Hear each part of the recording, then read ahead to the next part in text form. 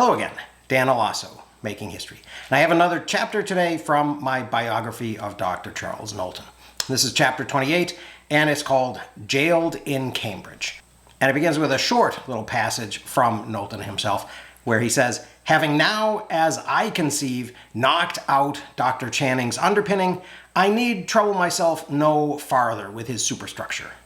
But being for the good of society, I suppose, debarred from other business, I will notice here and there a clause." And now my story. Charles spent January, February, and March of 1833 in the Middlesex County Jail in East Cambridge, Massachusetts.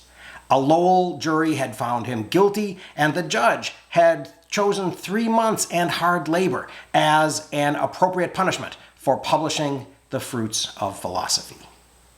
Knowlton spent the winter months in a small, damp cell, far from his family and friends.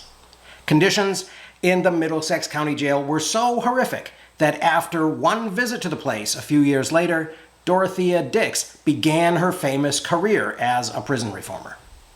Charles didn't say much about his time in the jail.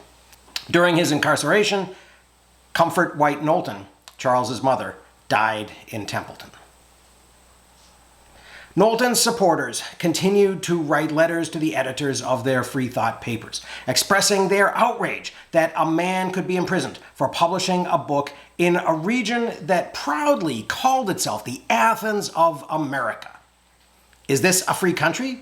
A country of equal laws and equal justice?" asked freethinkers. "It has the name, but is it so in reality? Let us no longer speak of the Inquisition in Spain. Let us no longer condemn the courts which punished with death those involved in the Salem witchcraft. But let us look to our own times, our own judges, and our own legislators." Once the verdict in his Lowell trial was read and his sentence began, Charles didn't waste much time feeling sorry for himself. He was aware that The Fruits of Philosophy was selling well and that his new notoriety was the best source of advertising, especially among freethinkers and poor people who saw Knowlton's imprisonment as proof that the law and society did not have their best interests at heart. And these, after all, were the people he'd written his book to reach. Even Knowlton's jailer, quote, "a very sensible man named Watson, told Charles, quote, his mind had undergone quite a change respecting the book, that at first he regarded it as a kind of catchpenny thing. He also said at another time that the clerk of the court told him that I never ought to have been prosecuted for publishing that book." The tide of public opinion was slowly beginning to change. Charles did write a prison letter from the Middlesex County Jail that was published in the region's main free thought paper, the Boston Investigator. Rather than describing his suffering or complaining about conditions, though, Charles took the opportunity to call people's attention to the connection between religion and his imprisonment. Knowlton's letter to the Investigator was his first exploration of a theme he'd returned to many times. "A young man," Charles said, "was, quote, in the habit of visiting the inmates of my present habitation on the first day of the week. This young minister talked to the prisoners in a kind of religio-moral sort of way. He didn't degrade himself as to talk of immortal souls," Charles said, "but kept the conversation directed toward their temporal rather than spiritual good. He was, in other words, a liberal Unitarian minister, not a fire and brimstone Calvinist like the ones Charles had known in his youth." Historians have gone to great lengths tracing the liberalization of religion in early America. Many believe that theological differences between the old Yankee Calvinists and the new Unitarians springing up among Boston's educated elite had important effects on American culture. While this may be true, to an outsider such as Charles, these theological disputes seemed trivial. And in practice, the different doctrines of competing denominations had little effect on how the Christians treated infidels like Knowlton. The young Unitarian minister, Charles said, quote, seems to fear that I entertain sentiments which would turn society topsy-turvy if they should become prevalent. And to put me to rights, he left me a discourse on the evidences of revealed religion by one Dr. Channing. The earnest young minister urged Charles to read the short book, as if he believed Charles would toss it aside. Charles replied that was how, quote, religionists are too much in the way of treating the writings of the reformers. But as I am in the habit of greedily devouring whatever falls into my hands, upon what is to me the opposite side of the question, he continued, I read the discourse quite attentively. Charles then wrote the Investigator, quote, to offer a few remarks in relation to it. The discourse on the evidences of revealed religion the young minister had given Charles was a booklet by a Boston minister named William Ellery Channing. Channing was a leading Unitarian theologian, working to soften the Calvinism of the Puritans and bring Christianity into the 19th century. Born into a wealthy Rhode Island family, Channing had attended Harvard before becoming the pastor of the Federal Street Church in Boston. Channing was considered an inspiring preacher and was admired by Ralph Waldo Emerson and his following of transcendentalists. There's a statue of Channing at the entrance to the Boston Public Garden. Evidences was reprinted from an 1821 lecture Channing had given at Harvard. In it, Channing claimed the basis of Christian faith was belief in the miracles of the New Testament. Responding to 18th century philosopher David Hume's famous essay refuting miracles, Channing said, quote, this argument of Hume proves too much and therefore proves nothing.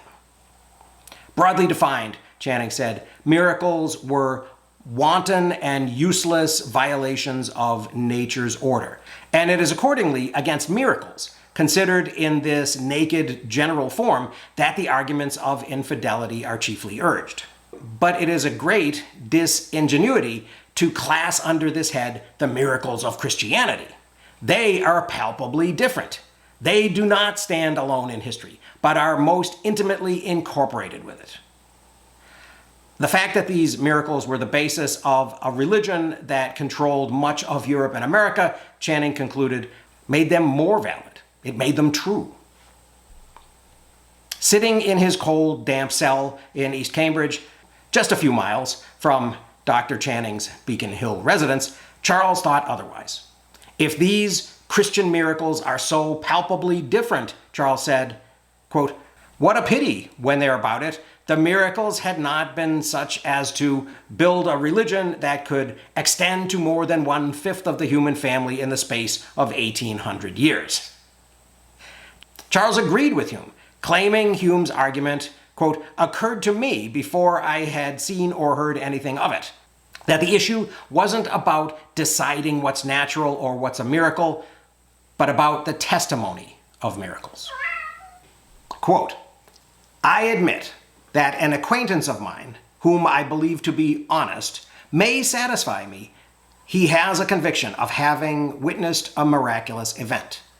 But when a story is handed down to us by nobody knows who, but probably interested persons, that 1800 years ago, one or more men witnessed a miraculous event, the case is very materially altered. And even if I were satisfied that men at that time had a conviction of having witnessed such event, I should by no means be bound to admit they did, if I could explain the cause of their conviction upon natural principles. Because we know much of matter, it does not follow that we know everything respecting it.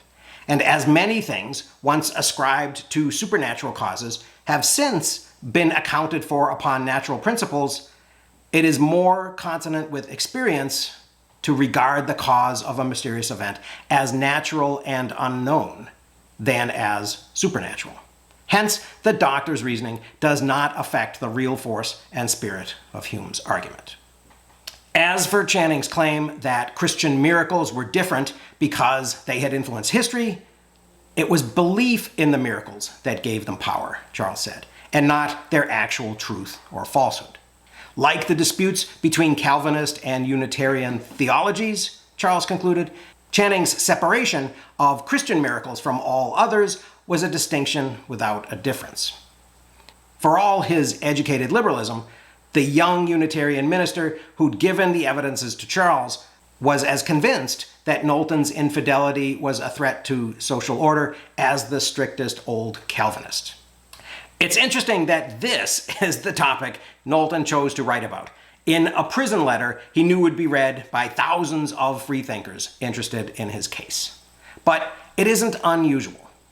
Articles like Charles's deconstruction of a famous theologian regularly filled the pages of the Investigator and free thought papers like it across the country. It's also interesting, while we're on the subject, that William Ellery Channing is remembered as a gifted theologian and social reformer, while Charles Knowlton has been virtually forgotten.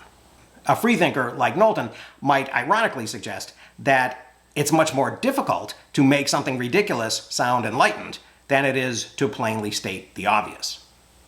But there would be a serious point behind that irony. Channing was rewarded during his lifetime and revered afterward for telling people with power things they wanted to hear. Knowlton was punished during his lifetime and forgotten afterward for telling people without power things they needed to hear. Which of them really deserves a statue in a public park? So that's the end of this chapter 28 on what Charles did during his vacation in prison.